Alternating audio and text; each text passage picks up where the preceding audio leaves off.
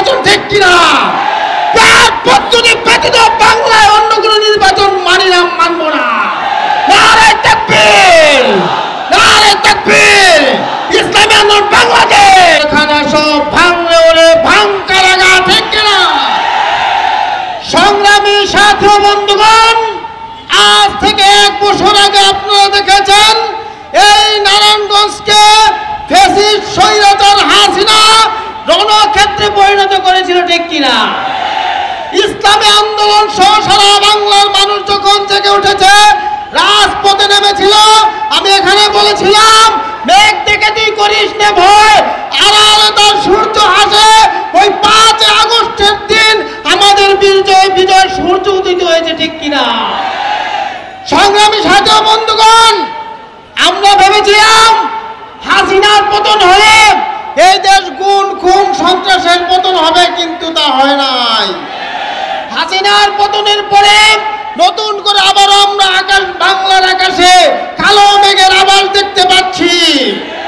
গত কয়েকদিন আগে এক বক্তা চাষারা শহীদ মিনারে বলেছেন, যারা পেয়ার পদ্ধতি নির্বাচন চায় তাদেরকে যদি হুঙ্কার দেয়, হাত পাকা, হাত পাকা, হাত পাকা, হাত পাকা, হাত পাকা, হাত পাকা, হাত পাকা, হাত পাকা, হাত পাকা, হাত পাকা, হাত পাকা, হাত পাকা, হাত পাকা।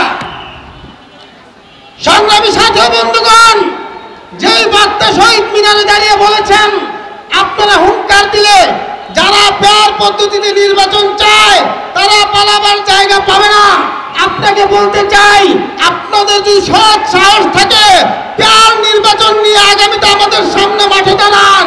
যদি আমাদের থেকে 1 ভোট বেশি পান, জীবনে কোনোদিন ইসলামী আন্দোলন নিয়ে আমি মাঠে আসবো না, আমি রেজাল্ট করব, আপনাদের দলে যোগ দেব। আপনাদের সেই সৎ সাহস না থাকার কারণে আপনারা পেয়ার পদ্ধতিকে ভয় পান।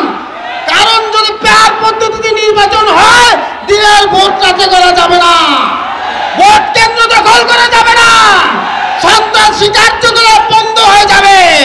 এজন্য আপনারা পেয়ার পদ্ধতিকে ভয় পান।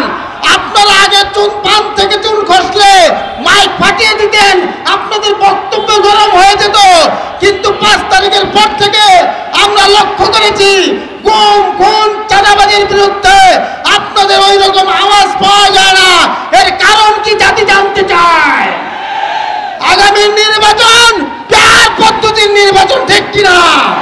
পেয়ার পদ্ধতি ব্যতীত বাংলায় অন্য কোনো নির্বাচন মানি না, মানব না। নারে তাকবীর, নারে তাকবীর, ইসলামী আন্দোলন বাংলাদেশ, ইসলামী আন্দোলন বাংলাদেশ।